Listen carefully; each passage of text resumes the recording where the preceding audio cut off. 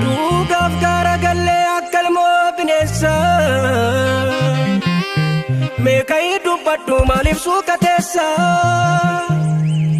dhaagaa boraafadhee saba kootiif lolee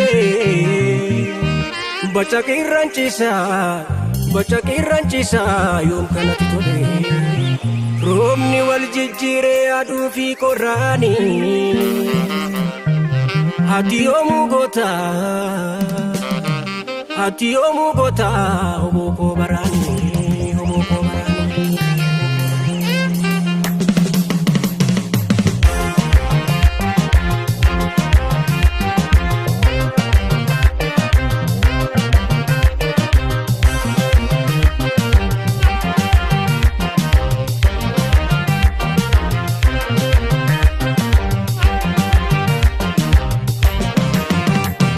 Waboon hangabaatutti bittuun bilisummaa hin barbaannu fedhii dhuunfaa keenya nuti qabsoo galmaan keenya.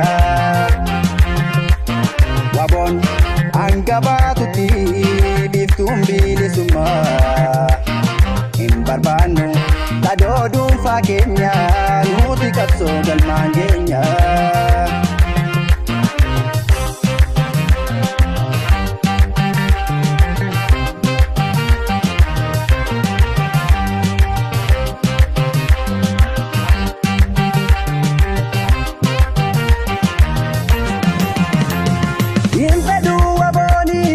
Gammadee jiraachuu jireenya dukkanaa waan fedheyyuu ta'ee dhandhamee jiraata addaa qabxoondumaa.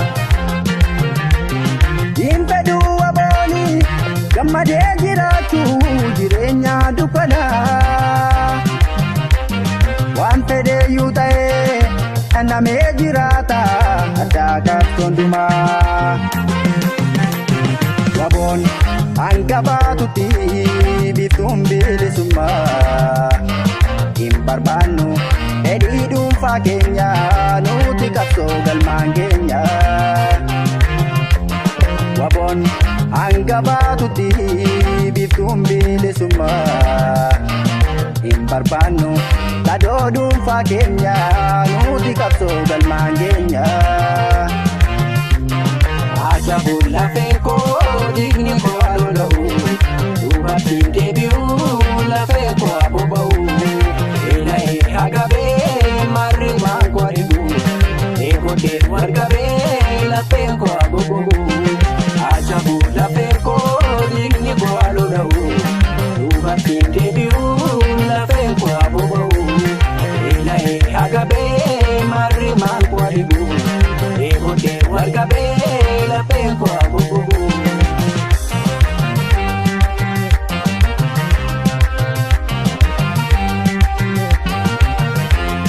Waboon hangabaatutti bittuun bilisummaa hin barbaannu fedhii dhuunfaa keenya nuti qabsoo galmaan keenya.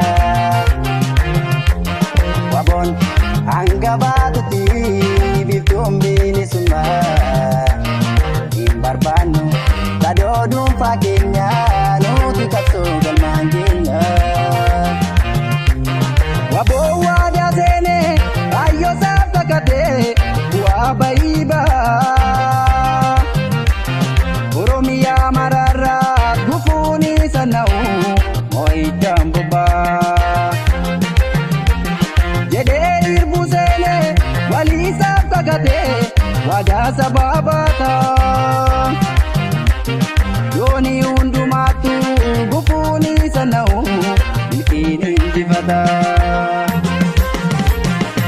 Riqicha sabni nurra jira obsa murannoo gaafsoon galma gaya. Riqicha sabni nurra jira obsa murannoo gaafsoon galma gaya. Dungoodha saba keenyaaf ibsa kaatoli jiine galma nu geessisa. Naaf jiraattu hanguun si argini warri galte karaa keen bayini. Ati goota hojii keessi ibsa Oromiyaa siif bilisa baasa.